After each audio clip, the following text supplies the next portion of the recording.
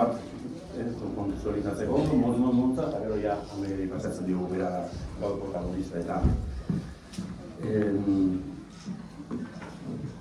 1926an faxistek estatu kolpea eman zutenetikan, 1927ko abuztura arte, Bizkaia Bilbo jausten ari zen arte, garai hortan ia 1.000 pertsona ihes egin zuten, eta tartean 34.000 edo ume. Gero berandu askoz jende gehiago ihes egin zuen, baina gu pixka bat franja hortan sartuko gara, Ameliari buruz hitz egiteko. Ume gehienak, 30.000 inguru edo, Bilboko itsasadarretik joan ziren. 1927ko ofensiba frankistaren ondorio, Santurtziko portutikan gehienak atera ziren, eta La Habana ikasuntzaren gehienak baita ere, nire hortik. 6 bidaia egin zituen La Habana honek, umez beteta. 6 hilabeterako ofensikoa zen, hasieran, hori zen, euren helburua zen itzultzea harik eta azkarren gerra irabazi ondoren edo. Baina gero galdu egin zen, eta badakizu gero zer gertatu zen. 4.000 ume Britainia Handira joan ziren, 3.000 Belgikara, beste 10.000 gutxienez, datu badakizu betitantzan egitzen dira, batzuk 10.000, beste 5.000 esaten dute Frantziara joan zirela, Danimarka, Suiza, Mexikora, toki hauek guztietara joan ziren, eta gure kasuan Sobiet Batasunera, baita ere 2.000 inguru. Gerra bukatu eta galdu zenean, ume horiek eta familia asko itzultzen hasi ziren, hogetan eratzirik aurrera. Frankismo ilunaren hori errepresioa, humilazioa eta zapalkuntza hori jasan behar izan zuten, eta Sobiet Batasunekoak ez ziren 1939an etorri, baizik eta 1957tik geroztik etorri ziren. Eta gordo kasue, Amelia Ordurakoia jaiota zegoen, eta bera etorri zen, zeren izatez gerrako umea bera aita zen. Digo que entre julio del 36 y agosto del 37, desde que se dio el golpe de Estado hasta que ya tomaron Bilbao, que en esta primera parte de la guerra, más de 100.000 personas huyeron del Estado, y entre ellos más de 34.000 niños. La mayoría lo hicieron desde la costa bilbaína, unos 30.000. Tras la ofensiva franquista en la primavera del 37, entre mayo y junio, desde el puerto de Santurtzi y en el barco La Habana, sobre todo, que hizo 6 viajes, salieron 4.000 niños a Gran Bretaña, 3.000 a Bélgica, más de 10.000, 15.000 exactamente a Francia, a Dinamarca, a Suiza, a México, bueno, en este caso pues también a la Unión Soviética, pues más de 2.000 niños también salieron hacia allí. Todos pensamos volver en 6 meses, los llevaron para protegerlos de la guerra, pero después al final pues se acabó liando la cosa y muchos no pudieron volver, o si no volvieron, pues ya 20 o 30 años. Cuando acabó la guerra ya en el 39, comenzó la vuelta de esos niños, de sus familiares, pues como perdedores, con todo lo que ello significa de represión, humillación y malas condiciones de vida que tuvieron. Los niños de la Unión Soviética comenzaron, que ya no eran niños porque comenzaron a volver en 1957, a partir de ahí, y para entonces pues ya había nacido Amelia, nuestra protagonista de hoy. Ella nos cuenta su emocionante historia y bueno, pues le dejamos el... Muy bien. Pablo. Bueno, ¿se me oye bien? Para mí esto es una experiencia que vamos. Buenas tardes a todos, agradecida porque habéis venido. El que conmueva estas historias es que la gente todavía tiene sentimientos. Y como yo voy a contar de mi padre, estoy segura que aquí muchos tendréis cosas también para poder contar que en esa época les tocó a todos. ¿Qué le diferencia a mi padre? Pues bueno, José Asensio nace en Tolosa, en el seno de una familia obrera, es una familia humilde, es una familia de izquierdas. Los hermanos los primeros son 4 chicos: Eugenio, Víctor, Julián, Ignacio. Luego hay una chica, Mercedes, está José, que es mi padre, y luego hay otra que es Francisca. La vida en esos años, pues ¿cómo era? Los hermanos con 11, 12 y 13 años ya a trabajar por unos céntimos y no ganaban ni para alpargatas. Y bueno, existían enfermedades, sobre todo la tuberculosis, que mataba tantísima gente en aquella época. Las familias tenían carencias. Para colmo, el padre de mi padre fallece y era un ingreso menos en casa. Pues la situación era, pues, como muchas familias de esa época, pues era dura. Mi padre me contaba, porque yo lo que os voy a contar es lo que él me ha contado a mí. Con 11 añitos, a la noche, cuando ya fallece su padre, en casa hay carencias, vamos. Y salía por la noche a robar con un saco. Y a veces tardaba igual 2 y 3 horas en volver a casa porque el sereno andaba por allí y tenía que esconderse para poder llegar hasta casa. Vivía en la parte vieja de Tolosa, al lado de la iglesia Santa María, frontón Biotíbar. Y bueno, así era la vida de José. Pues, cuando llegaban los trenes de carbón, que entonces el carbón era el producto que se usaba para calentarse y para cocinar y para las papeleras, sus hermanos están trabajando, los 4 hermanos, y la Mercedes, la quinta, en las papeleras de Tolosa, como os he dicho, por unos céntimos. Y bueno, los trabajadores tenían muchas obligaciones en aquella época, pero derechos, hoy te cojo, mañana te echo, o sea, hoy venía el patrón y le caías por lo que sea tu cara mal y pilla a Diego a la calle. Pues funcionaba así. Y bueno, pues así va transcurriendo los años y la abuela está viuda. Un poco antes de empezar la guerra, se casan los hermanos mayores, los 3 mayores, y bueno, Franco prepara aquí la guerra y nos mete en una gorda. Y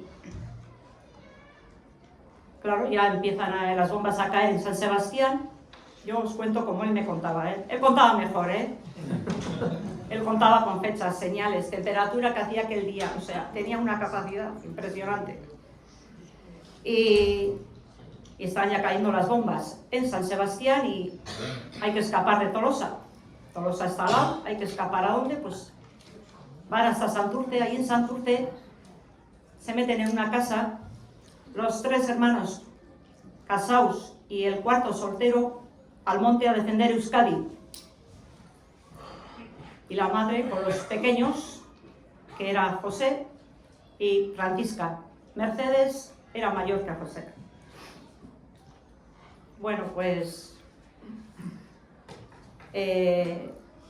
Franco va ocupando terreno rápidamente y los hermanos bajaban una vez al mes del monte y venían a estar con la madre. Y habían oído que Rusia, Inglaterra y Francia, Bélgica se ofrecen a recoger a los niños de la República, de los rojos. Bueno, pues los hermanos mayores le dicen a la madre: mamá, tienes que mandarle a los pequeños a Rusia. Uy, la madre, que no, que yo no me separo y tal. Pues, mamá, que aquí se prepara una gorda y no vas a poder con esto y tú también tienes que escapar. De hecho, ahora os contaré, tuvo que salir. Bueno, la cuestión es que ya le convencen. Con toda la pena del mundo, pues se convence que los tiene que llevar y habla con mi padre. Mi padre tenía 13 años, va a hacer 14 al mes siguiente. Y estos gobiernos, una de las cosas que exigen es que los niños no tengan más de 14 años. Bueno, la madre de José piensa, jo, como le falta un mes, a ver si no le van a coger. Y le dice, Josécho, ven aquí. Mira lo que te voy a decir. Tú, si te pregunta alguien la edad, que vas a hacer 13. Y acuérdate lo que te digo, ¿eh? Y, vale. Había que ir allí a asuntos sociales que habían puesto para apuntar a los niños. Y la abuela fue allí y le apuntó a José y a su hija, la Francisca, que tenía 6 años.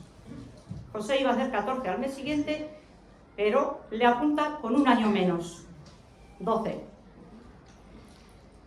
Que bueno, más adelante veremos que le vino muy bien a José eso. La cuestión es que, bueno, hay que darse prisa porque está a punto de ser ocupado Bilbao. Mi padre me decía, yo creo que el día que salimos en el Habana, en aquel barco, ese mismo día se ocupó Bilbao, porque llegaron los camiones con muchas prisas, los niños se bajaban. Y bueno, la cuestión es que él y su hermana llegaron al puerto y la abuela les dio un abrazo. Josécho, no te separes de tu hermana, cuídale. Bueno, las madres llorando. Era desolador. Y bueno, poco sabía mi abuela y sus hijos que aquel abrazo iba a ser el último. Y así fue el último. La cuestión es que montan en el barco, los niños lloraban también, los más pequeños, joder. Tengo yo un nieto de 5 años y otro de 10 y no me quiero ni imaginar, ahí atrás están, no me quiero ni imaginar qué tiene que ser meterles en un barco. O sea, eso, no hay palabras.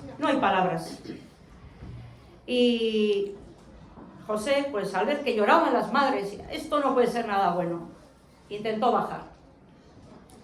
Había pues una especie de tabla para pasar hasta el barco, bajó aquella tabla y había un miliciano y, ¿a dónde vas?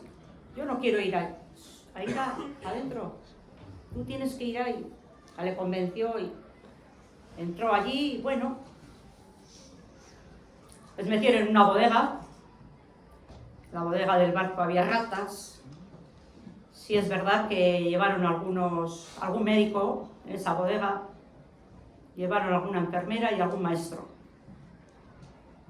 Más de uno, creo que llevaron más de un maestro, que luego se quedaron algunos ahí para seguir a estos niños enseñándoles la cultura de aquí, las costumbres de aquí. Bueno,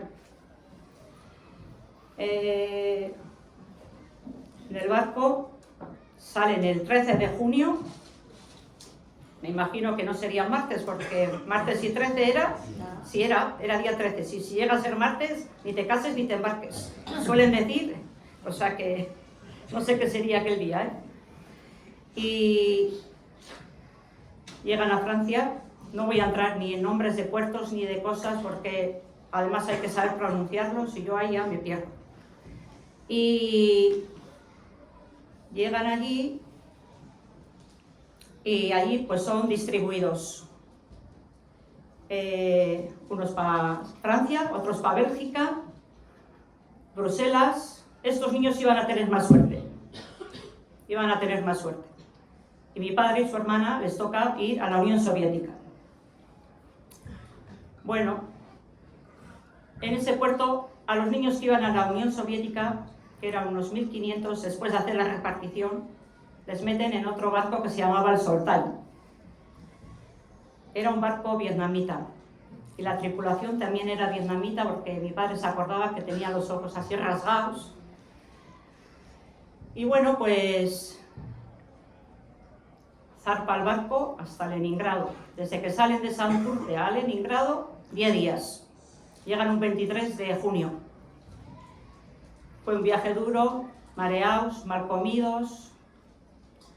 Pues eso, una situación muy triste. Y cuando llegan a Leningrado, bueno, aquello fue espectacular. No hay palabras, decía el padre. El gobierno ruso les hizo un recibimiento, dice que era algo que no se podía, nunca pudo olvidar. O sea, les cogían, les abrazaban, bueno, que no había palabras. Y les trasladan del barco a Leningrado. En Leningrado les distribuyen lo que ellos llamaban, en ruso tiene otro nombre, pero eran casas de niños. Y creo que llegó a haber hasta 15 casas de niños. También os tengo que decir que antes que el barco de mi padre, salió otro barco de San Sebastián que también llevó niños. Y también de Valencia, Barcelona, Gijón, salieron también muchos. Eran las zonas que Franco más estaba atacando. Y bueno, José, como habéis visto, sale con 1 año menos, porque su abuela, mi abuela le apunta con 1 año menos.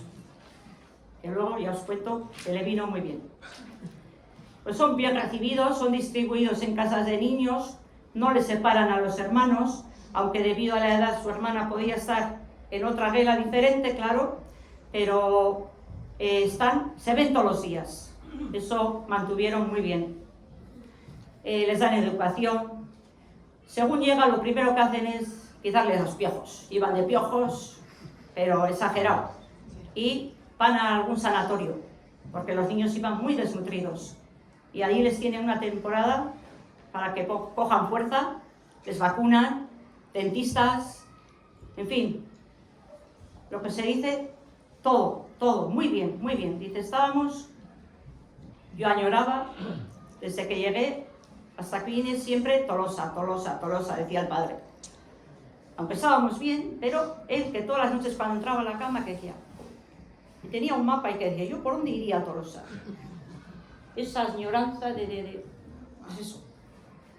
Los más pequeños, pues se daba menos cuenta, pero él ya le pilló que iba a hacer 14 años. Y había que aprender el idioma. Y a mí me ha dicho la madre, cuando acabe la guerra aquí, que vamos a ganar, Josécho, vamos a ganar, vais a venir. Y decía, ¿para qué voy a aprender yo ahora este idioma? Si tengo, dentro de nada van a ganar y voy a ir otra vez a Tolosa. Cosas de un chaval de su edad. Pero el tiempo iba pasando y o aprendes o lo demás te ves pues perdido. Y aprende el idioma, a escribirlo, a hablarlo. Bueno, pues estos habían llegado ahí en el año 37, llevaban 2 años bonitos,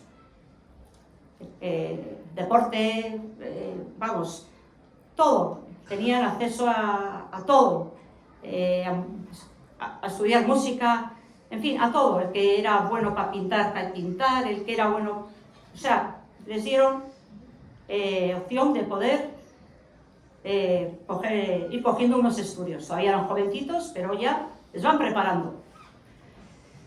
Y bueno, pues el año 39 les reúne allí el educador, les llama y en ruso les dice que les tiene que dar una noticia mala. ¿Y qué pasará?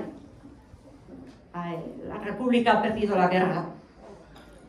José, cuando oyó eso, dice que salió de la clase de la guela y echó a correr. Dice, yo no sé lo que pude correr aquel día, hasta que ya mis piernas no podían más y me eché al suelo y estuve llorando un buen rato, porque se acordaba qué será ahora de mis padres, bueno, de mi madre, de mis hermanos. O sea, y aquel ya tenía conocimiento para pensar. Y bueno, pues tratan de consolarles, de animarles. Bueno, todavía era el año 39, todavía a estos niños les quedan 2 años bonitos. Hitler no ataca hasta el 41, estos todavía les queda 2 años bonitos allí.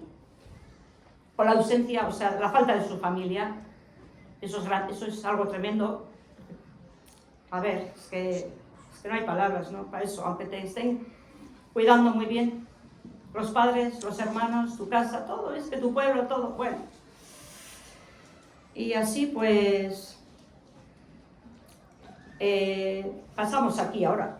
Ha terminado la guerra, Franco ha ganado, vaya, ha ganado sin razón, ha ganado por la fuerza de las armas, porque trajo aquí a todo pichichi, italianos, moros, y a los alemanes, y a, bueno, que bombardearon a su antojo, y ha ganado. ¿Qué pasa ahora? Aquí, los hermanos de José, los 4 que subieron al monte, 3 prisioneros. El cuarto, no sabemos dónde está. Lo último que me mandaste es que parece que anda por la parte de Santander, que cayeron muchos prisioneros, pues ahí estará igual en alguna cuneta, como otros muchos. Y tenía 19 años. Bueno, pues estos otros 3 hermanos caen en la cárcel, siempre iban juntos a las cárceles que les tocó, siempre iban juntos.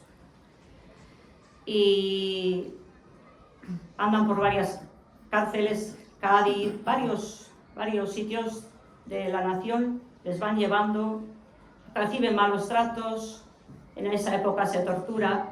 Mi tío Julián se quedó medio sordo de un oído, porque él era muy impulsivo y nunca se callaba. Entonces le tocó coger, pues eso, malos tratos, torturas. Y bueno, mi abuela está en el exilio en Francia, porque el día que le deja a su hijo, en el puerto ella coge un tren que va a Barcelona, y de Barcelona, o a, bueno, alguna zona de Barcelona, y de allí marcha para Francia, con su hija Mercedes. Así que está toda la familia, pues como veis, como muchas familias de esa época. Recalco, por desgracia, La diferencia de nuestra familia es que a 2 hijos les toca ir a Rusia. Y bueno, pues ahora vamos a volver al otro lado. Y pues ahí, pues eso, les queda eso, como os he dicho, 2 años, siguen bien y tal, pero un día el padre fue al Dinamo a ver un partido de fútbol. Ahí el deporte ahora no sé, en aquella época era gratis. Las bibliotecas, teatro, el Partido Comunista tenía esas cosas buenas. Todo lo que era cultura era gratis. Y bueno, a él le gustaba el fútbol y fue. Y estando viendo el partido, esto ya es el año 41, sus hermanos siguen aquí en la cárcel, estuvieron unos 8 años, algunos con penas de muerte, algunos de ellos. Bueno, la cuestión es que se suspende el partido y por megafonía en el idioma ruso dicen que, queridos camaradas, Alemania, Hitler ha atacado a Rusia, a la Unión Soviética, entonces era Unión Soviética. Y la gente, pues os podéis figurar. Y además había un tratado de paz que había firmado Hitler y Stalin de no atacar, un convenio de paz, y no lo respeta. Y empieza a bombardear. Pues la gente, pues llorando, abrazándose, ahora qué va a pasar, pues os podéis figurar. Y como además Unión Soviética no esperaba que eso iba a pasar por el tratado que había, pues estaban dormidos, sin prepararse ni nada. Y Alemania empieza a atacar y ataca de una manera, no hay palabras, decía el padre. Las aldeas cuando llegaban, eso dice que no nos podíamos ni imaginar, decía mi padre, no os podéis ni imaginar. Llegaban a una aldea, primero violaban, comían los víveres. Las aldeas, aunque no eran años de abundancia, pues siempre había una gallina, una vaca, un cerdo, se ponían las botas, luego violaban, y lo peor de todo era que en las aldeas, y en Rusia, aunque no es católico, es ortodoxo, ha sido ortodoxo, entonces siempre en todas estas aldeas había alguna iglesia, a donde metían a esa gente de esas aldeas, cerraban y le daban fuego y quemaban allí a todos. Allí no quedaba registrado nadie, porque quemaban todo, o sea, todo. Y bueno, y empiezan así muy victoriosos. Estos iban, bueno, en un hotel de 5 estrellas, iban, comida, mujeres cuando querían violar, o sea, un holocausto. Empezó allí para la Unión Soviética y para José, que era mi padre, que estaba allí, y otros que habían ido como él. Y bueno, pues van ganando mucho terreno los nazis. No había palabras para calificarles, decía mi padre que aquello era escalofriante, las cosas que hicieron, como os he dicho. ¿Y qué pasa? Pues que el gobierno ruso dice, bueno, pues los niños que están aquí en las casas de niños, los que tienen 18 años, hay que sacar, porque claro, es que ya empezaba a escasear a todos. Los alemanes mataron mucha gente, pero la hambruna mató, porque, bueno, voy contando. Voy a beber un poco de agua.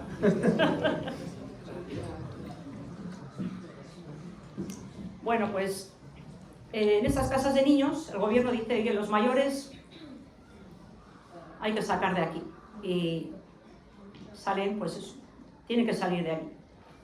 Lo que con los pequeños mantienen todavía, pues que hay que mantenerlos ahí. Y sí que los movían de casas de niños según andaban los alemanes más lejos, más cerca. A esos niños los movían para un lado, a veces a la noche los sacaban a algún bosque porque podían tirar bombas a estas casas de niños, que casi todas eran palacetes del tiempo de los zares, eran muy bonitas, eran unos palacetes muy bonitos. Bueno, la cuestión es que José, como su madre le había inscrito con un año menos, se queda ahí un año más en esas casas de niños. Y él siempre dice, puede ser que mi madre me salvó la vida. Cosas de las madres, ¿no? Que hizo esa... Bueno, la cuestión es que tampoco el estar allí supuso salvarse, ¿eh? ¿Por qué? Porque los alemanes, donde llegaban almacenes de comidas o también iban quemando y ya no llegaba a las ciudades alimentos. No llegaba.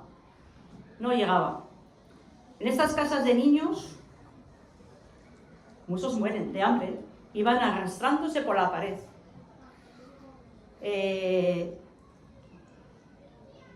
Las chicas que ya les había venido la menstruación, se les fue. Es el caso de mi tía, una hermana de mi madre que salió con ella, ya le había venido la menstruación con 12 años y no le volvió a venir hasta los 19. Porque no había... Una persona, cuando no le llega esto, el cuerpo dice, pues por ahí no sale nada, esto aquí hace falta. O sea, el cuerpo es sabio, ¿no?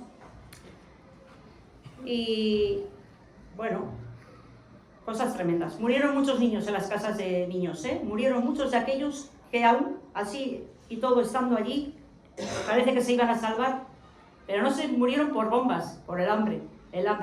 Hambre era aquello, hambruna. El padre nos decía, yo sentía que los intestinos se me pegaban y que no podía respirar. Bueno, tremendo. Ya le toca salir de la casa de niños al año, porque ya entonces sí, tiene ya los 18, y bueno, sale de allí y con una mano adelante y otra atrás. No sabe ni para dónde tirar porque no hay información, no hay radio, no hay televisión, no hay nada. Entonces anda al principio un poco ambulando a su manera. Se escapa para un lado, Kaluga, varias ciudades. Os podría decir si algún día me preguntáis, porque hay que saberlas pronunciar. Yo ahí me pierdo. Entonces, pues eso, llega a quedarse en menos de 40 kilos. No era un hombre alto, pero menos de 40 kilos, más o menos sería de mi estatura. y él cree que ya de aquí no salgo. Y entonces, en una de estas ciudades que andaba escapando para aquí, para allá, desorientado, sin rumbo, se encuentra en una estación con uno que había sido educador de él en estas casas de niños. Y le conoció y le llamó en ruso: José, ¿qué haces aquí? Dice, ¿y dónde voy a ir? Tengo intención de ir a los Urales. No, allí no vayas ahí. Y le dio confianza a ese hombre, porque dice que era buen profesor cuando estuvo él allí en la casa de niños, que le cogió cariño y bueno. Y era de un hombre, mi padre, que donde ponía el ojo ponía la bala, no se le iban las cosas. Era, como te diría, ten cuidado con ese, y acertaba, o sea, tenía un don, La vida le había golpeado y, vamos, creo que tenía un don en ese sentido y ese le dio confianza. ¿Y qué hago? Le dijo, José. Bueno, me he saltado una cosa. En esto que andaba en estas ciudades, en una encuentra una empresa, una fábrica, que están fabricando proyectiles. No pagaban, en guerra no se paga sueldos, pero te dan algo para comer. Y se mete ahí. Eso no te conteo de ahí, me parece que no te conté. Es que luego después me han venido cosas a la cabeza. Y entonces entra ahí, y estando ahí trabajando, pues se trabajaba muchas horas, eran 40 horas a la semana, había que trabajar para la guerra. Se hacían proyectiles. Y está ahí trabajando y había muchas mujeres. La mujer rusa colaboró muchísimo, tanto como un hombre, colaboró muchísimo. Le tenía mucha admiración el padre a las mujeres rusas. Eran muy valientes. Y estando allí, ya dice que llevaba ya varios días que casi no había probado bocado. Iba para su puesto de trabajo y que se tuvo que agarrar a la pared, porque él notó que se caía. Y una mujer rusa se le acercó y le dijo en ruso: no dobles las rodillas, José. Doblar las rodillas era que te cogían entre dos, te sacaban a la calle, te tiraban allí. Era la guerra, no hay miramientos. Para nadie. Y total que no dobles las rodillas, José. Y sacó una patata y le dijo que comiera la patata. Una patata cocida. Joder, el padre me contaba, ay, hija, aquella patata. Joder. Y yo le veía esas patatas en casa, En el horno, cuando encendíamos la económica, metía alguna patata, le echaba un poco de sal. Esto en Rusia, si yo hubiera tenido. Bueno, la cuestión es que ahí está bastante tiempo. En esa fábrica está bastante tiempo. Ahí dormía también. Tenía una especie de barracones. Ahí dormía. Todos los días cuando se despertaba había algún cadáver. Alguno había muerto. Era raro la noche que no, Porque, ¿qué estaba pasando? Enfermedades tremendas. Él, de hecho, pasa la malaria, pasa la triquinosis. Con las dos pensó que se moría. Y bueno, la peor que pasó fue la hambruna. Piojos, ni os cuento. A la noche se quitaba el abrigo porque los piojos son de ropa. Y con el frío van buscando el calor. Se te llenan los sobacos, la parte del cuello, pero piojos así. Y a la noche el piojo no le gusta el frío. Se quitaba el abrigo, metía entre la nieve, tapaba con nieve un rato y se lo quitaba y bien, limpio el abrigo. A la mañana ya te levantabas otra vez lleno. Pero bueno, por lo menos parece que había que un poco desinfectar aquella ropa. Y bueno, así, de pésimas maneras, muy duras, está trabajando ahí bastante tiempo. Y parece que los alemanes se acercaban y en cuanto que oían que se iban a acercar, destruían la empresa, no dejaban para que los alemanes cuando llegaran no encontraran nada. Los aldeanos, los campesinos empezaron a hacer lo mismo. Antes que lleguen ellos, quemamos nosotros. Y eso a ellos les hizo mucho daño. Pues habían acostumbrado a los alemanes a llegar a las aldeas y, joder, el cerdito y la rosita guapa está para ti, está para mí, o sea, así, suena Lo digo rápido, pero esto es durísimo, ¿eh? Y total que esta fábrica hay que hacerla desaparecer y pues eso, le ponen dinamita y la vuelan. Y ya, pues hay que buscarse otra vez algo. Y es cuando se encuentra en esa estación que antes me he colado, con este que fue su educador, y le conoce y le dice: José, ¿dónde vas? Yo quiero ir a los Urales. No, José, allí no vayas. ¿Por qué no te apuntas al ejército? ¿Yo al ejército? Sí, José. Joder. Si yo no he cogido ciudadanía soviética, yo soy vasco, José, te aconsejo que vayas. Aquí te vas a morir. Te vas a morir. Ahí también puede ser, pero aquí seguro. Las calles estaban llenas de cadáveres. Es increíble lo que os digo, pero es la verdad. Los ríos flotaban los cadáveres. Muchos, no solo de la guerra, o sea, del hambre, ¿eh? Del hambre. Los que estaban en las calles de Moscú, a Moscú no llegó a entrar a Alemania, para nada. Estuvieron a 20 kilómetros, pero no llegaron a entrar. Pero sin embargo, Moscú estaba lleno de cadáveres. No veías en Moscú un perro, un gato en la calle, ni una rata, nada. Había un zoológico, que había de todo. El zoológico en 10 días no encontrabas ni el colmillo del elefante. O sea, totalmente se lo comieron todo, y el colmillo y harían caldo o algo. Se me ha olvidado otra cosa importante. En esa fábrica, antes de destruirla, había también como una pequeña fundición. Y uno de los días que llega el padre allí, vio que había un corro de gente bastante numeroso. ¿Y qué habrá ahí? Y oye, que decían en ruso: sopa, sopa. Y se acercó. Uy, sopa, sopa, están diciendo. Miró así y pensó: ¿de qué será la sopa? Joder.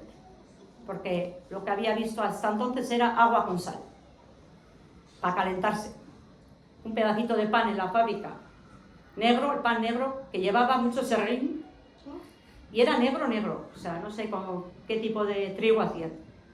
Sería centeno, no sé. Como había tanto hambre, les sabía gloria. Y luego les daban también un poco de manteca, más la manteca de sebo, un trozo de eso. No la manteca buena que usamos aquí para hacer el San Blas, no. Era una manteca, pues, a saber.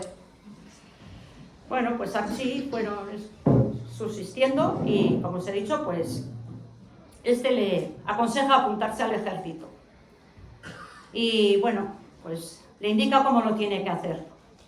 Y mi padre, José, se alista al Ejército Rojo. Y bueno, para su sorpresa, cuando llegó allí se encontró con más chicos de aquí, vizcaínos y guipuzcoanos, algunos. Podía haber alguno igual catalán también. Y bueno, pues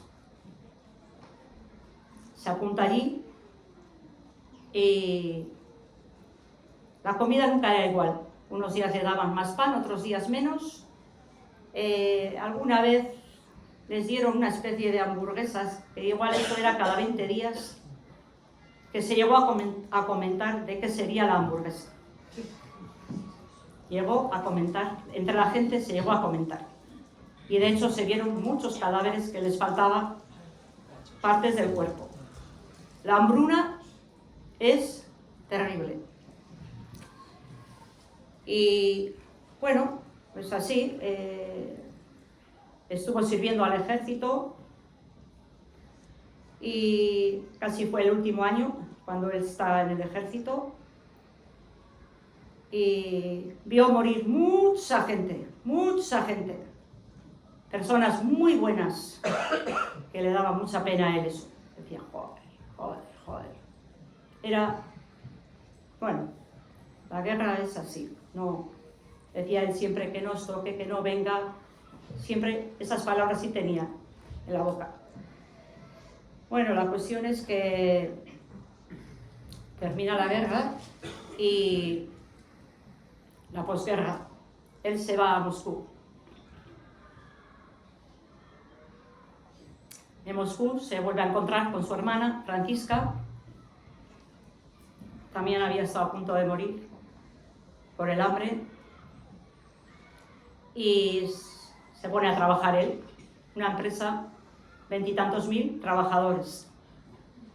Se fabricaba aviones de guerra. Y también aquí hay muchos niños vascos, guipuzcoanos, asturianos. Y bueno, pues así, es el año 45, 46, sigue trabajando, se trabajaba muchas horas. Y sábados a la tarde y la leche, bueno, no había tiempo para nada, aquello era no era vivir, existir, vamos, no.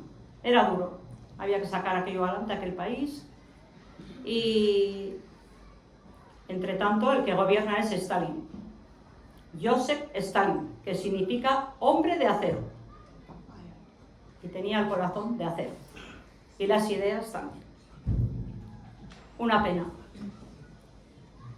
pena porque pues el pueblo ruso estaba pues mal, no tenía bienestar, trabajaba mucho, se comía mal, salías de trabajar, tenías que estar en la cola para coger una barra de pan o un poco de harina o un poco de leche.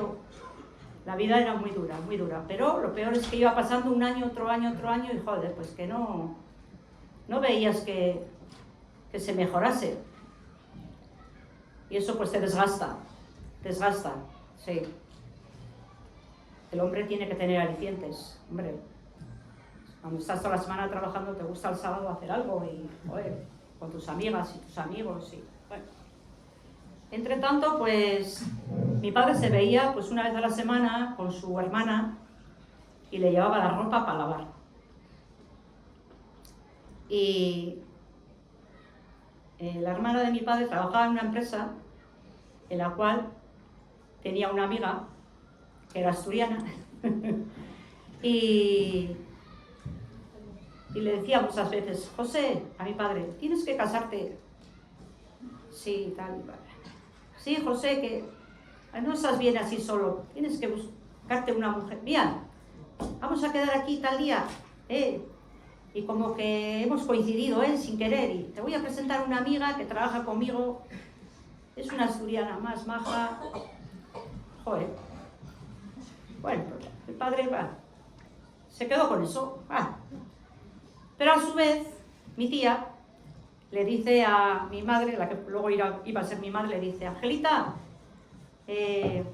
vamos a ir este fin de semana no sé dónde, iban a algún teatro o algún cine o algo. Cuando salían era para esas cosas, cine, teatro, patinar, óperas, esas cosas tenían cuando querían y como querían, bibliotecas, en fin. Y bueno, parece que hicieron así, mi tía de casamentera, y efectivamente llegaron a algún sitio: ven, Angelita, que está aquí mi hermano, y le presentó y joder, pues ahí empezaron el noviazgo de ellos. Debieron de estar unos 8 meses y luego ya se casaron allí por lo civil. Mi padre nunca fue creyente, respetaba totalmente al que creía, pero él en su cabeza no entraba, y sus hermanos tampoco, así como la madre de José, mi abuela, era muy creyente, pero los hijos no eran creyentes. Bueno, total que de aquel noviazgo se casan por lo civil allí. Y bueno, al casarte sí tenías una cosa, que te daban más fácil la vivienda. Pero bueno, la vivienda solía ser un apartamento pequeñito con una cocina pequeña y 1 o 2 habitaciones. Y ella, su viaje de novios lo hizo, esto es tremendo, en la misma habitación que otro matrimonio, separado con una cortina. Y mi madre decía: a mí eso me dejó, o sea, la intimidad de una noche, te has casado, o sea, es que vamos, no había palabras. Y mi madre, eso es, vamos. Y, joder, es que vamos. Ella contaba con una cosa, le salían las lágrimas, pero vivían así.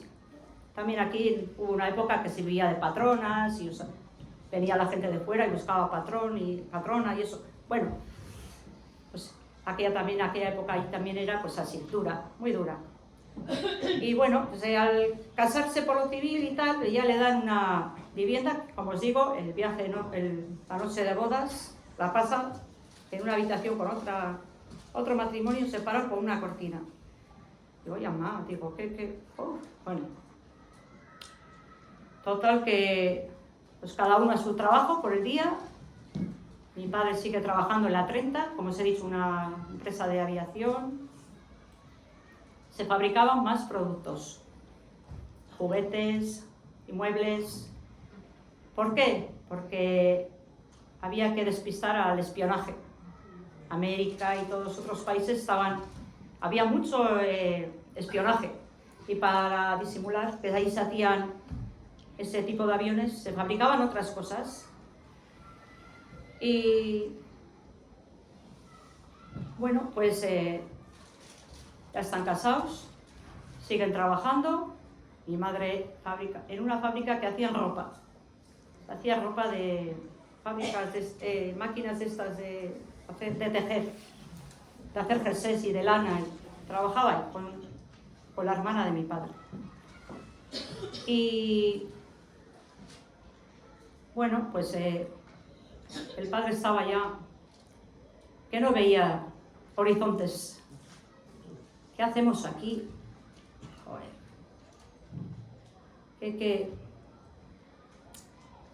Y un día que estaban en el comedor con los niños de aquí, los llamados niños que habían ido como él, pues les dice, oye, ¿qué?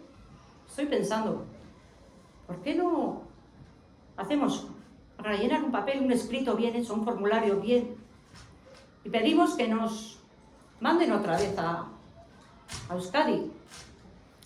Y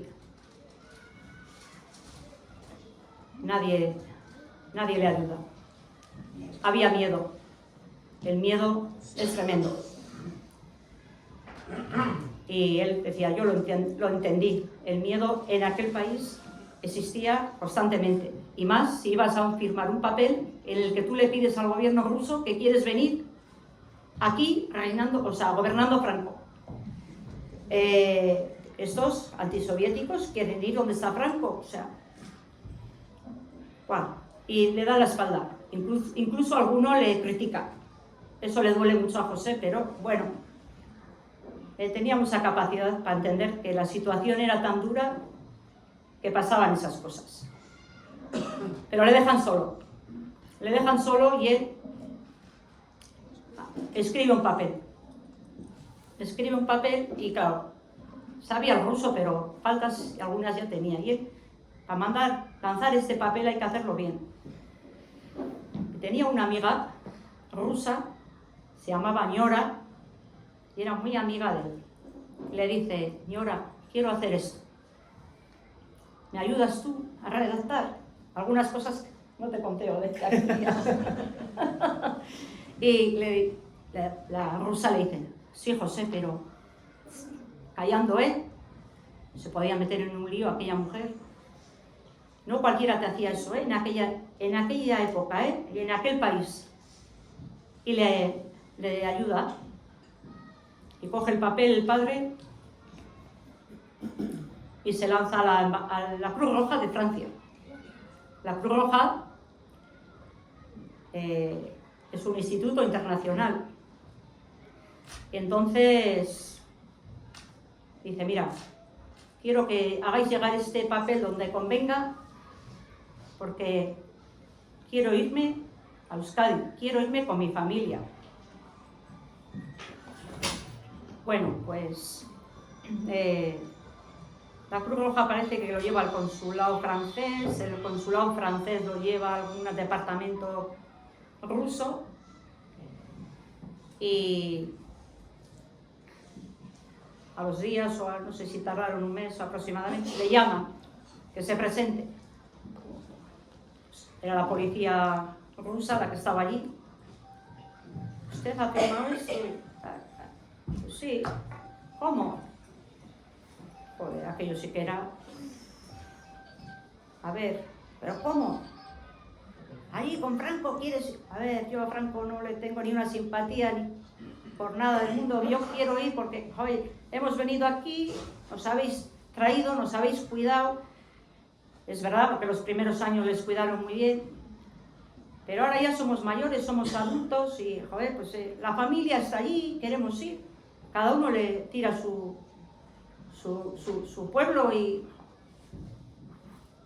le piden la documentación, le quitan, le dan un salvoconducto, que con ese salvoconducto solo se puede mover por lo que es Moscú. Aquello era muy peligroso, ¡buah! Muy peligroso. Tan peligroso que él temió por su vida. Y entonces le dice a mi madre, Angelita, si no llego del trabajo un día, a mí me han deportado para Siberia. Y no intentes ni buscarme, ¿eh? Era imposible, o sea, era en balde buscar cuando uno desaparecía así, nadie te iba a dar una explicación. Salías de la fábrica, te estaban esperando dos, te metían en un coche y... Existía. Stalin no fue muy duro para esas cosas. Bueno, la cuestión es que no llegaba ni una contestación, ni un permiso de nada, y cada vez estaba el padre más apurado. Un día fue, porque era valiente, tenía miedo, porque decía, yo he tenido miedo todo el mundo tenemos en algún momento de nuestra vida, no hay nadie que no tenga miedo. Y yo tuve mucho miedo, pero fui a ver qué pasaba con mi documentación, a ver cuándo me la iban a entregar. Y encima cogieron, hicieron ahí, mirando unas carpetas, pues aquí no está, ya se la habremos dado. Se hicieron los listos, los tontos. Bueno, la cuestión es que vino con el salvoconducto otra vez a casa, y cada día que pasaba tenía más miedo. Pero ¿qué pasa? De allí a poco tiempo le empieza a llegar permisos a la gente. A los que no quisieron firmar aquel papel, les empieza a llegar y sale un barco con mucha gente que viene para aquí. Y a él no le ha llegado nada. Y decía, joder, los que me dieron la espalda se van los primeros. Esto sí que es la vida, ¿eh? Eso es, decía mi padre cuando me explicaba, me decía, hija, esto es duro oír, pero es la vida. Ahora, a mí me dejaron tirado en un momento dado, ¿eh? Bueno, la cuestión es que ponen otra expedición, otro segundo barco, van llegando cartas, a José no le llega nada. Oh, pues os podéis figurar, me cago en la mar. Y ya estaba, pues eso, pensando lo peor, lo peor. Ya le estaba llegando la gente para el tercer barco. Y pues eso, ya no tenía esperanzas él. Y un día le llega la carta de que le concedían el billete para venir con mi madre, su hermana Francisca, que había ido con él ahí, y su hija, que ya había nacido, que era yo. En las fotos que ha puesto Dave, veréis que hay una mujer, que es mi madre, que está con una criatura en brazos, soy yo, porque era el mes de noviembre, que hacía mucho frío allí. Y bueno, joder, pero el padre así todo no se confiaba. Esto es para que yo diga que ya me han llegado y que el gobierno ruso no es tan malo, y igual todavía me esperan por ahí igual y me tiran en algún lado, y si nosotros ya le dimos el permiso, si esas cosas que se hacían tan duras, se hicieron, y el padre pensó que le podía pasar a él eso. Bueno, ya estamos en Moscú y llega el día de venir para aquí, de emprender el viaje. De Moscú, nos metieron en un tren que nos bajaron hasta Kiev, y de Kiev en otro tren hasta Odessa, hasta el puerto de Odessa.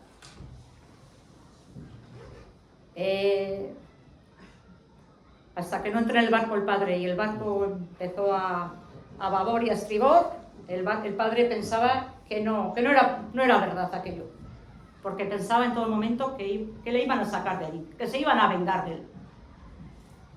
Al gobierno ruso no le gustaba dar mala imagen y que nadie, para ellos, el que esos niños quisieran venir aquí, los niños de la República, pues las noticias y los periódicos a ellos les hacía mala propaganda.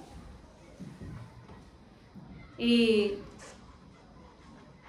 bueno, en el barco venimos, el barco paró en Estambul, parece que tenía que repostar, y el padre todo el tiempo conmigo en brazos arriba en cubierta, porque mi madre y la hermana de mi padre, mi tía, mareadas todo el tiempo, y mi padre conmigo en cubierta.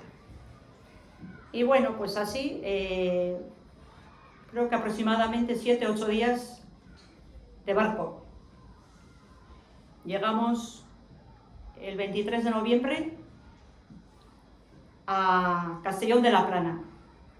Había bajado mucho la marea y tenemos que estar esperando unas horas a que suba la marea para que el barco pueda entrar en el puerto. Y bueno, traía José una insignia que le habían dado por servir al ejército ruso. En estas fotos que ha puesto Dey, se puede, en los pósters que ha puesto en la calle, si os fijáis, la lleva puesta. Y cuando ya estábamos llegando a Castellón, se la quitó y la tiró, porque aquí no se la iba a poder poner, y además luego íbamos a tener en casa muchas revisiones de la Guardia Civil, la policía, etc. Cuanto menos se encontraran, pues era mejor. Y se la quitó y la tiró así, creo que dijo hasta siempre Rusia o algo así. El pueblo ruso, mi padre lo defendió siempre. Decía que era un pueblo extraordinario, con sus defectos, como en todo el mundo, pero era un pueblo sufrido y que defendió su patria, quería su patria. Defendió a capa y espada. Sabían esos soldados que iban a morir y se lanzaron para adelante, o sea, no retrocedieron. La pena es que luego no tuvieron una recompensa como Dios manda. Y bueno, no sé lo que pasaba, pero la verdad es que ahora no sé cómo vivirán, pero tuvieron unos años muy duros. Entre tanto, pues ya el barco entra al puerto y pues todos en cubierta, buscando a sus familiares. Bueno, pues aquí han dejado una odisea, pero aquí también se van a encontrar con otra. Y bueno, pues todos, Julián, mi padre, pues su hermano iba a esperarnos, que ya había ido, pensando que veníamos en otro barco, había ido hasta Castellón en aquellos tiempos con 5 hijos él, y como no había comunicación como ahora, él pensó, vendrán ahí, y fue y no veníamos. ¿Y qué pasó para el tercer viaje, para la tercera expedición? Julián, el hermano de mi padre, no tenía dinero. Y entonces había un carpintero que era de medio izquierdas en Tolosa y dije, tiene que tener dinero, le voy a pedir, a ver si me hace un préstamo. Y fue donde él, me viene la familia de Rusia, quiero ir hasta ahí a esperarles, les tengo que traer, que no había ayudas, Allí llegabas, ya ayudas, ninguna, zancadillas por todos lados. Franco estaba gobernando, estábamos en la dictadura franquista. Y este carpintero le dice, Julián, mira, en vez de darte dinero, ¿sabes qué vas a hacer? Cuando sales de la papelera, vienes aquí y echas unas horas.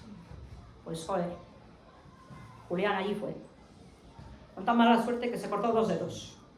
Le faltaban 2 medio dedos. Le faltaban. Bueno, pues en el tercer barco vinimos. Era un 23 de noviembre y todos los años el padre lo recordaba. Tal día como hoy llegamos, hija, no sé qué, no sé cuántos. Nos contaba pues eso, las historias. Y estando en cubierta, una persona que estaba abajo en el puerto paquete de tabaco, creo que decía el padre que era fulanito, y estoy aquí, ahí va. Le lanzó, el padre cree que era un paquete de tabaco. Mira, le dijo, miró una nota, no bajes, te está esperando aquí la policía americana y la española. Joder, era un ingeniero que había estado en puestos estratégicos que aquí a la policía, a la CIA, le convenía mucho interrogar. Y no bajó, con las lágrimas en los ojos. El padre le dio un abrazo y creo recordar que el padre decía que era de Bilbao. Y aquello fue muy duro. Llegas a, después de 20 años, que salió con el padre con 13 y vuelve con 33, después de 20 años, aquella guerra terrible, el mayor holocausto que ha habido en la historia, que ha habido varios, 27 millones de soviéticos. Y el padre decía que seguro que esas cifras eran bajas, porque todas las aldeas que quemaron y no se quedaron registrados aquellos niños y aquellas madres, podía alcanzar fácilmente 28 o 29 millones. Toda una España. Imaginaros, así de gordo, ¿eh? Bueno, aquel hombre se tiene que volver. Nosotros bajamos, había mucha policía secreta, vestidos de paisanos, claro, y monjas.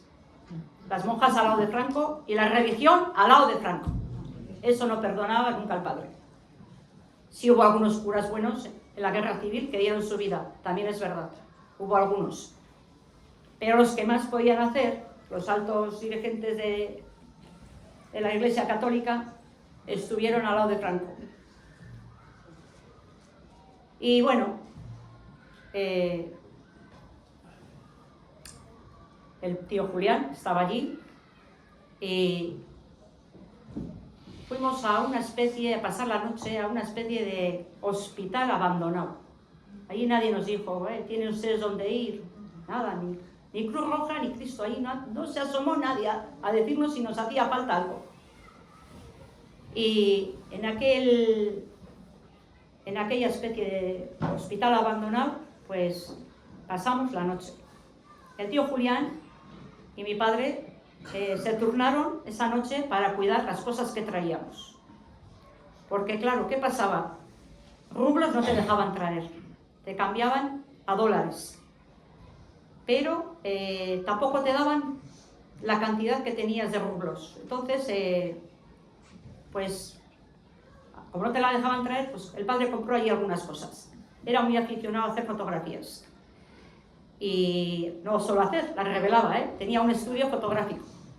Y los chavales en el barrio de Sima, que hay de mi edad, que aquí está María Jesús Insausti, que tendrá fotos seguramente, las hacía mi padre.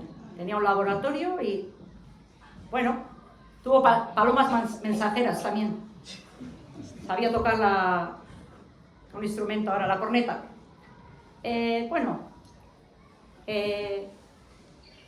Pues así, era un hombre que era lanzado para hacer cosas y no se acobardaba.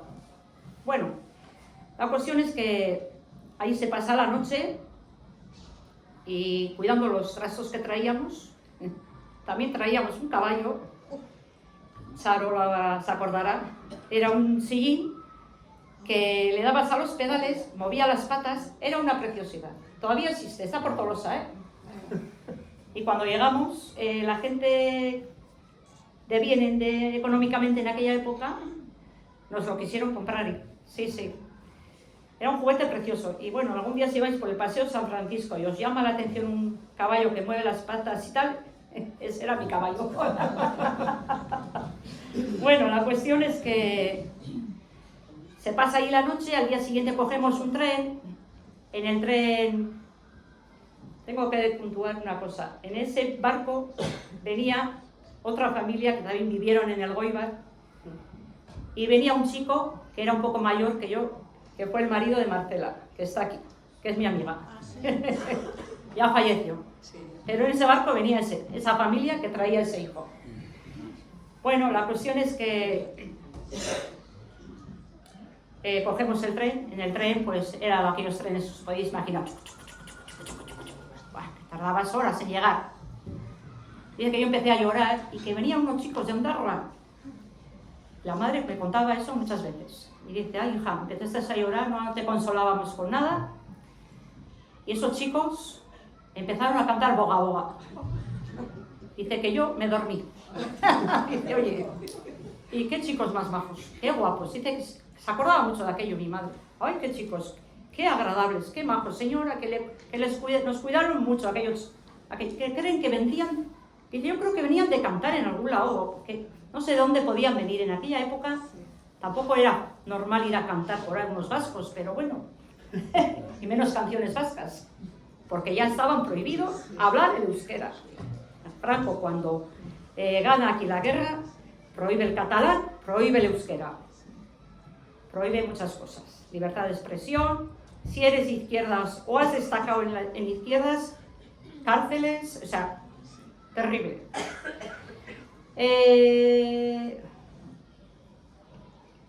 ¿Por dónde iba? Bueno, en el tren. Ya llegamos a Tolosa. Y en Tolosa, pues, Julián, mi tío, el que nos ha ido a buscar, vive en una casa vieja de 2 habitaciones. Una cocina, 2 habitaciones, un baño en la escalera, que era para la comunidad, que creo que eran 3 viviendas, primero, segundo y tercero. Ese váter era para los vecinos. ¿Qué se hacía? Por la noche se meaba en el orinal y por la mañana se vaciaba allí. Era así. Y además olía aquello, yo me acuerdo de eso, sí, una época horrorosa. Y porque luego estos tíos míos siguieron viviendo ahí, yo tenía todavía 10 añitos cuando íbamos y me acuerdo de aquello, de aquel váter. Bueno, la cuestión es que en esa casa, pues, él tiene 4 hijos, 3 chicos y una chica adoptada. Porque a él tenía 3 hijos, pero su mujer, Micaela,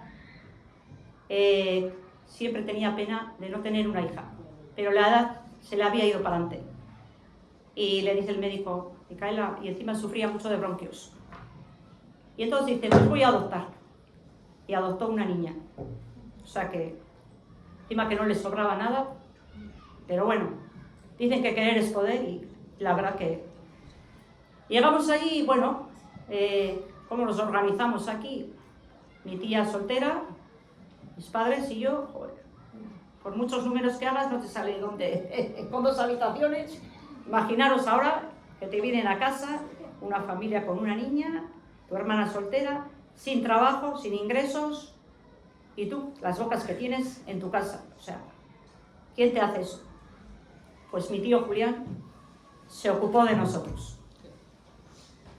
No os he contado que para cuando llega mi padre ya había muerto su madre. Nosotros llegamos en el 56 y la abuela había muerto en el 48. Pero antes de fallecer, le llama a Julián. Ya sabía bien la abuela, los otros hijos también eran buenos, pero sabía que este era súper bueno. Dice, Julián, te voy a pedir una cosa. Si vienen tus hermanos de Rusia y les hace falta ayuda, quiero que me prometas que les vas a ayudar. Sí, mamá, tranquila, así haré. Y efectivamente, se ocupó a pesar de lo que había en su casa. Y siendo un hombre que cada 2 por 3 venían a por él, le llevaba a la Guardia Civil.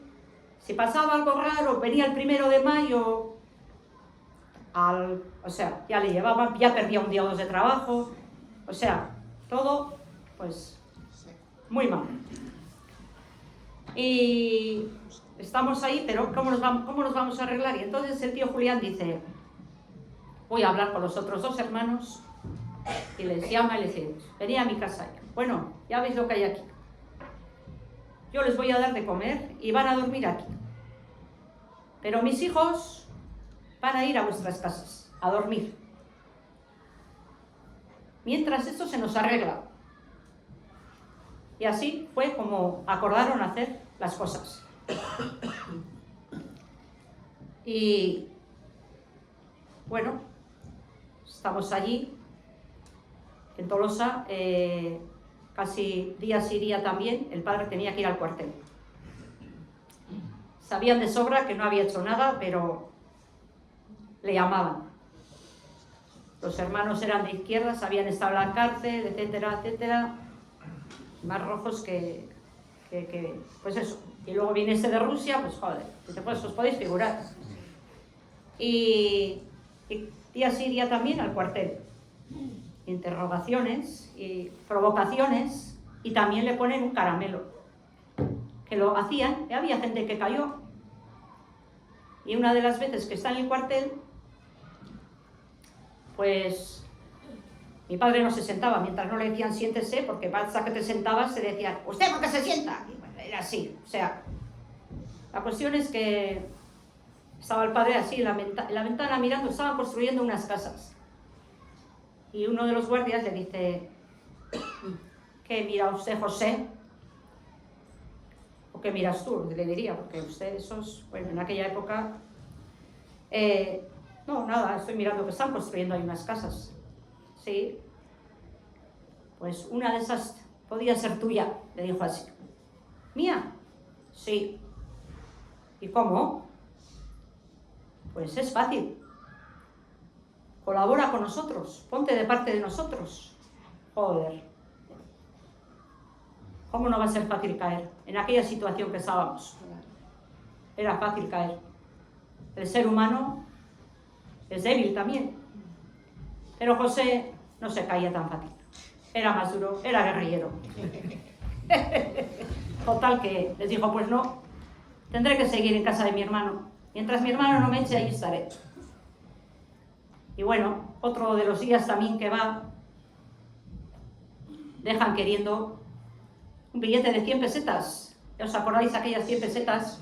Que salía la mujer morena y no sabía una canción además para esa mujer, no sé. La cuestión es que dejan allí a la vista, pero queriendo uno de los guardias. Y mi padre los vio, joder, los dejó a la vista y ¿cómo no vas a ver? Pero pensó, este ha dejado esto ahí para algo. Claro, que había dejado para algo. Sale, al rato entran otros dos. Y el que entra segundo no era el que había dejado el dinero. Y le dice, oye, fulanito, ¿cómo has dejado esto aquí delante de este ladrón? Joder, el padre que le oye, oiga, dijo, puso así, dice, así me dijo él, me contó, me puse así, oiga, usted me puede llamar a mí rojo, pero ladrón no. Y dice que se cayó. Se me habrá caído, no sé qué, el otro, bueno, aquello estaba todo preparado. Entre tanto, como sobraba tanto dinero, pues ¿qué les hacen? Cada 2 por 3 a Madrid, interrogaciones. La policía CIA, la CIA americana, con la española compinchada. Tenían que ir a Madrid, a mí me dejaban con Julián y Micaela, los tíos, y ellos a Madrid. Que no sobraba un céntimo, vete hasta allí, en un hostal, unas interrogaciones de horas y horas y horas. El padre decía, joder, me decían, dibuje usted la fábrica. Hacía un croquis. Joder, al día siguiente otra vez, dibuje usted la... ¿Cómo dibujé yo ayer? Como le hiciera una ventana más o una puerta más, ya la había liado. Y fueron muchas interrogaciones, muchas horas y muchos viajes. Muy duro. Era una pena. El sufrimiento que se llevaba. La verdad se ha dicho que lo tuvieron que pasar muy mal. Muy mal. Y bueno, una de las veces me daba pena de mi madre, porque además mi madre oía muy mal, vino muy sorda de allí. Y el padre era más vivo, para estar con esa gente era más vivo. La madre para eso era un pedazo de pan, tenía una belleza por dentro y por fuera impresionante, una mujer muy buena. Y lo pasaba peor. Y le dijo un día, Gela, tú, cuando entres en esa habitación, en esa vela, ponte a llorar. Y no pares de llorar. Acuérdate de las desgracias que hemos pasado, de la guerra, del hambre, de la hija que has dejado allí. Acuérdate de todas las penas. y llora todo lo que puedas. Bueno, pues mi madre se puso a llorar. Entró un americano, que tenía una tripa con un bigote enorme, y que le empezó a preguntar algo y mi madre, ¿qué dice? ¿Qué dice? La verdad se oía muy mal. Y total que... y llorar. Y vino ese gordo fuerte americano de la CIA y le dice, oiga, ¿qué le pasa a su mujer? Está venga a llorar y si no le hemos hecho nada y no sé qué. Que no le han hecho nada. ¿Les parece poco a ustedes o qué? Las viajes que nos hacen a venir aquí, no tenemos un duro. Estamos a cuenta de la familia. Ha dejado la hija allí. ¿Usted qué cree? A mi madre no le llamaron más. A él sí, al padre sí. Pero a la madre le decía, Gela, yo te salvé. Bueno, la cuestión es que así, pues ya cerca de 2 años en Tolosa, el padre trabaja en alguna empresa, pero metido en una vela, y el patrón le dice que a ver si no se entera nadie, porque siempre sospechó el padre que tenía la Guardia Civil o la policía orden en los talleres de Tolosa de no darle trabajo. Pues intentaban ahogarte para ver si de alguna manera te pasaba salvando de ellos. Ahora cuento y estas cosas igual algunos jóvenes dirán, no puede ser, pero es que es verdad. Veo ahí algunos amigos de mi hijo y eso, pero eso fue así.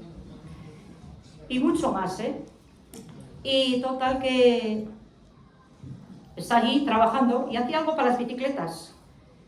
Y, joder, pues, uno de los días que llega por la mañana, el patrón se encuentra que la pared ponía un eslogan, los rusos y los vascos, no sé exactamente, decía algo, de la mano tenemos que ir, o de derecho donde mi padre. Me cago en la hostia, José, me cago en, ¿qué has puesto ahí y tal? Que no he puesto yo nada, hombre, pues me estás comprometiendo y tal y cual. Por todas partes le pasaba algo, la verdad, él no había sido. Y bueno, pues en una ocasión vino una monja a casa, y creo que eran 50 pesetas o algo así, y abrió la madre, y hola, y tal, ay, María Purísima, y el rollo este que traen, y traían, en aquella época eran así, bueno, ahora ya ha cambiado mucho. Y la cuestión es que, joder, ¿qué? Mire, esto le traemos para la niña. Si yo no he pedido dinero a nadie. No, pero usted con que vaya a misa los domingos, ya vale. Coja esto para la niña, para que le compre usted algo a la niña y tal.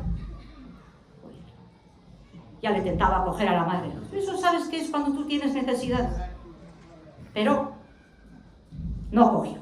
Y le dijo a la monja, ¿le importa venir cuando venga mi marido? Ya que él dice que coja, yo cogeré, le dijo. No apareció más la monja. Bueno, la cuestión es que, entre tanto, pues hay algún familiar que oye que la fábrica de Sigma hace falta trabajadores. Y yo conozco ahí en el Goibar uno que es de Tolosa y tal, ¿quieres que hable con él y tal? Pues el padre, pues vamos a probar, oye. Él no se cerraba nada. De hecho, mientras estaba en Tolosa, se acercó un día a Asturias con la intención de bajar a trabajar en la mina. Que como mi madre era asturiana, era de la cuenca minera, pues dice, allí igual hay trabajo. Y fue allí también. Pero, dice, la Segunda Guerra me asustó, pero la mina, 2 kilómetros llevaba bajando en la jaula aquella. Dice que les dijo a los mineros, oye, ¿podéis darle a esto para arriba? Y subió para arriba y dice que dijo, ya buscaré otra cosa y esto no puede ser. O sea, dice que, fíjate, bajas un pájaro y se muere, o sea, porque no hay oxígeno, o sea, eso, y en aquella época, silicosis y lo que está escrito. Bueno, la cuestión es que, ¿quieres que le diga a este conocido tal, de Tolosa, pero ya, de Tolosa ya estaba en el Goibar y ya estaba trabajando. Y era el señor Inchausti, que está aquí su hija. ¿Me permites, verdad, María G? Y se portó muy bien. Iñaki Inchausti vino el padre, hizo las pruebas en Sigma, y sí es verdad que si a un trabajador en aquella época le tenían de prueba, por deciros algo, un mes, a él le tuvieron casi 7 u 8 meses. Le tuvieron mucho más tiempo, porque estaban mal vistos, por venir de Rusia. Y bueno, Insausti habla en Sigma, como hay un chico de Tolosa que ha venido de Rusia, había que decir todo porque se iban a enterar de todo, no se podían dar con mentiras. Y acceden a cogerle. Sí es verdad que el padre traía cierta preparación, porque en esa fábrica 30 cogió mucha idea de mecánica. En aquella época era un conocimiento importante para la industria de aquí. Y le cogen, y bueno, pues le tienen varios meses hasta que le hacen fijo. Y cuando le hacen fijo, le otorgan una vivienda en el barrio de Sigma, y ya venimos, mi madre y yo, venimos los 3. Y siempre les oí decir que empezaron a ver la luz. No a estar tranquilos, porque estaba Franco en el poder, y Franco seguía vigilando.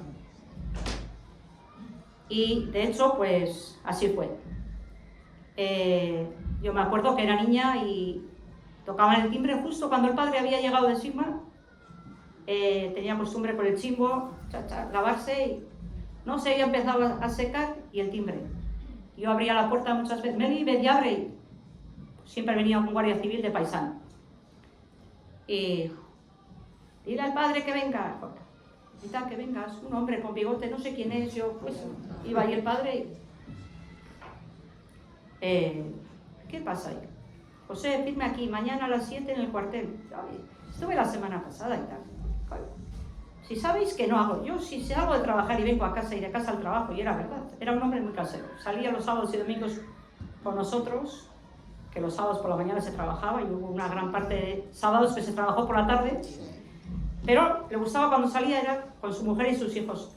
En los alrededores de Sigma todo eran montes, por ahí andábamos. Y bueno, sabía la Guardia Civil perfectamente cómo se movía José y su familia, o sea, sabía todo. Pero bueno, tenías que ir, hacían las preguntas que ellos creían que te tenían que hacer. Y bueno, pues así, eso muchas veces, muchas veces. En una ocasión estábamos nosotros en La Rioja, porque la hermana de José, Francisca, se casa con un riojano y vive en La Rioja, un pueblo de Samaniego. Ahora están sus hijas ahí. Bueno, la cuestión es que estaba él en casa y nosotros nos habíamos ido allí porque esa tía se había puesto de parto, y mi madre, para ayudarle un poco, y tocaron el timbre. Miró el padre por la mirilla. El padre miraba mucho por la mirilla. El que ha vivido perseguido cuida mucho sus espaldas y muchas cosas. Y dice que miró así. ¿Qué leches puede ser? Con un sombrerito y una gabardina así, los cuellos levantados. Y... Ese no es. De los míos no hablo. Y no abrió. Sí, se asomó por la ventana a ver para dónde iba y tal. Y dice que salió tranquilo, tranquilo, y que se fue. Hasta que le perdió de vista, dice luego si tendría por ahí algún coche o que tendría, no sé. O otro esperándole, porque esos nunca venían solos, siempre alguno estaba en algún otro lado. Estaban perseguidos, estaban pues así. Pero, joder, el lunes a trabajar, y le llaman por megafonía en Sigma, Maite, por megafonía, José Asensio, preséntese ante el jefe de personal. Uy, ¿qué pasará? Para subirme el sueldo no será. Ya fue. Y estaba el jefe de personal y le dije, José, pasa ahí, hay un policía que tiene que estar contigo, me ha dicho, y ya le he dicho que sea breve y que estás en horas de trabajo. Entra ahí, joder, el que vino el sábado, y sábado. Y de coño, mira dónde está. Pues ahí también le hizo un montón de preguntas, le enseña fotografías. ¿Conoces a este? Joder, conocía a todos, pero los que más le parecía a él que habían estado implicados en tecnología punta allí, pues a este no, y al que había sido pues uno normal, que no se había implicado en... Ese me suena a su cara, pero tampoco puedo asegurar, Joder, es que no sé, no puedo asegurar. Bueno, salía de todas.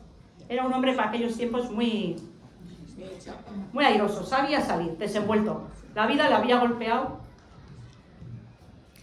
De hecho, pues también trajimos una radio de Rusia, que era un aparato, el padre de Manu lo llegó a ver. No sé si en alguna ocasión le reparó también. y claro, oía Radio Moscú, Radio Pirenaica, Radio Moscú en ruso, y se enteraba el primero en el pueblo de todo, antes que nadie. Bueno, cuando se murió Franco, dije, ya la palmao, saca la botellita esa de vino que teníamos ahí guardada. O sea, se enteró el primero en el pueblo. Total que venía la Guardia Civil y una de las cosas que revisaba era la radio, y la quería poner en marcha cuando venía, pero nunca funcionaba. ¿Por qué no funcionaba? Porque el padre oía la radio generalmente a la noche, con la puerta cerrada ya, que ya consideraba que a esa hora no tenía que tocar ni un vecino ni nadie, se pegaba a la oreja a la radio y oía sus noticias en ruso. Pero cuando venía la Guardia Civil, querían poner en marcha y no funcionaba. ¿Por qué no funcionaba? Porque el padre o le aflojaba alguna bombilla o le quitaba alguna bombilla y la escondía. Y claro, intentaban y... ¿Usted para qué quiere esto si no funciona? Pues un recuerdo sentimental, coño. Un recuerdo sentimental. Salía de todas... Sabía defenderse. Había que saber defenderse en aquella época, ¿eh? No era fácil, ¿eh? Sobre todo los interrogatorios de Madrid, tantos días, y las mismas preguntas de distinta manera, podías caer fácilmente.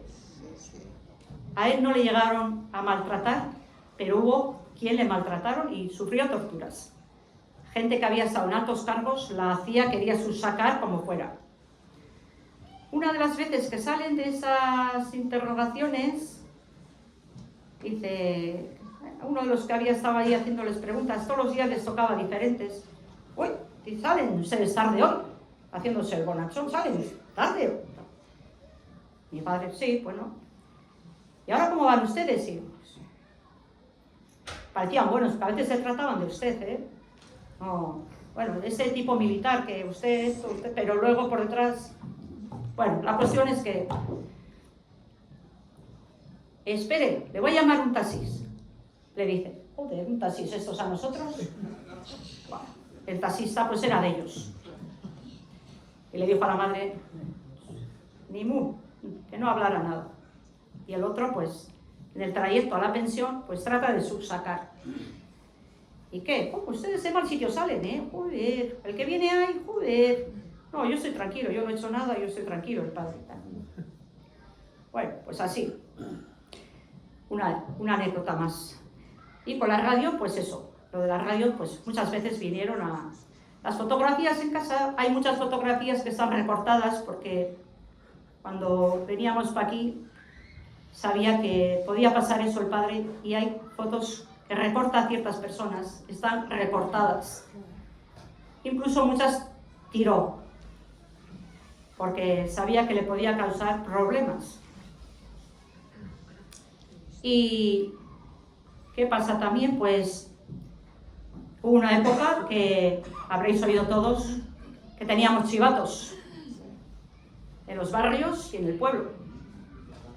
Había gente que tenía un sobresueldo cuidándole a otro. Y nosotros tuvimos tres. Ya fallecieron. Sus hijos viven en el Goibar. Los hijos no tienen la culpa de nada. Pero a tal caso llegó que yo era niña, unos 10 añitos, y yo cuando salía a la calle me encontraba con uno de estos, y este siempre estaba al lado del portal nuestro. ¡Hola! A mí me decían Rusita. ¡Hola, Rusita! Me hacía así la cabeza. ¡Hola! Espera, y me daba un caramelo. Joder, pues ahora no hace ilusión un caramelo, pero en aquella época un caramelo no veíamos tan fácil. Eso me hizo varias veces. Y una de las veces, pues me acuerdo que me preguntó, ¿qué hace el padre? ¿Está en casa? Yo no sé lo que le diría. Me imagino que le diría que sí, porque como os he dicho, el padre era casero. ¡Ya oye la radio! Me cago en la mar. pues no sé cómo, subí a casa y le dije al padre, ahí tacho, fulanito, es que me da un caramelo, me dice Rusita, y luego, pero me pregunta a ver si oyes la radio. Joder. El padre dijo, me cago en... Le esperó a la salida de la fábrica, trabajaba encima, y le esperó. Ven para aquí, le dijo. No quiero que te acerques a mi hija ni con caramelo, ni con nada. Si eres hombre, vienes donde mí. Déjale a la niña, eres un cobarde. Hombre, es que tengo muchos hijos, tengo que sacar adelante los hijos. Los demás también tenemos hijos, le dijo. Pero no hacemos esas cosas. Era así. Era una época que fue así. Fue muy dura. A mí me transmitió que había que luchar. Si no lucháis, si no luchamos, nadie nos va a venir a dar nada. La defensa del trabajador, las injusticias cuando había en la empresa, le dolían mucho. Y bueno, pues es lo que hasta ahí os puedo contar. Hay mucho más, muchas más cosas, pero... Antes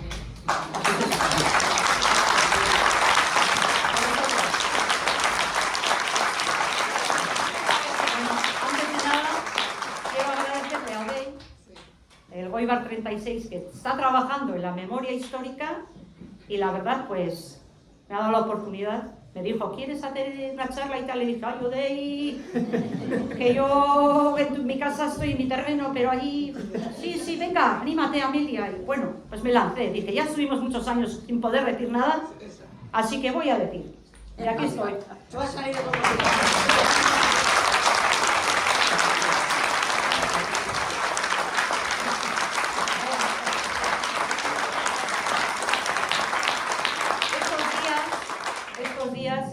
Desde que salió la prensa y esto, la gente me ha parado mucho en la calle y eso ha sido, la verdad es que ver que la gente le conmueve esto todavía, o sea, dices, pues todavía hay mucho sentimiento, vamos, le he dado mucho valor a que me haya parado la gente y me haya dicho, Meli, vaya historia, qué interesante y que lo que habéis pasado, y digo, joder, y incluso hay mucha gente que me ha contado en la calle sus historias y vamos, encantadísima, porque no se puede olvidar las dictaduras ni de un país ni de otro. Y la de aquí también murió mucha gente.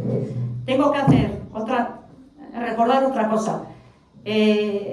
Cuando mis tíos están en la cárcel, desde el 39, están 8 años en la cárcel, con penas de muerte,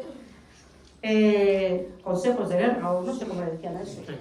Bueno, en otras cárceles no podemos dejar de acordarnos que hay muchas madres, muchas mujeres de estos presos que también están en la cárcel con sus hijos que les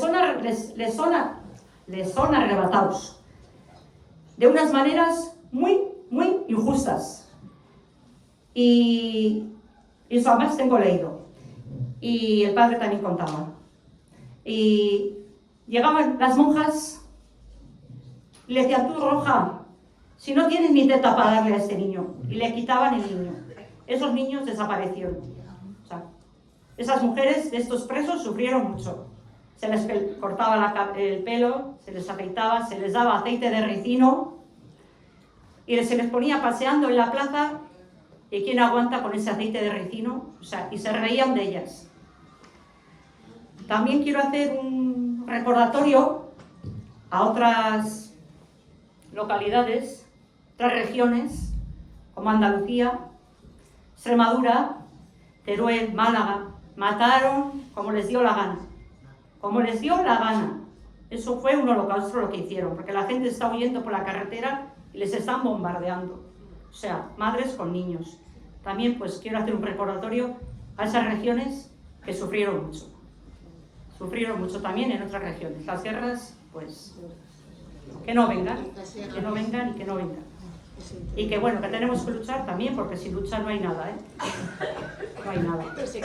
Bueno, pues ya está.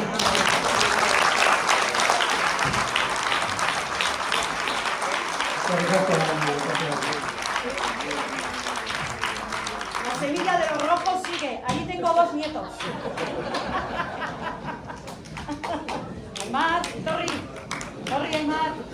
No van a poder, como decía mi mamá. No van a poder,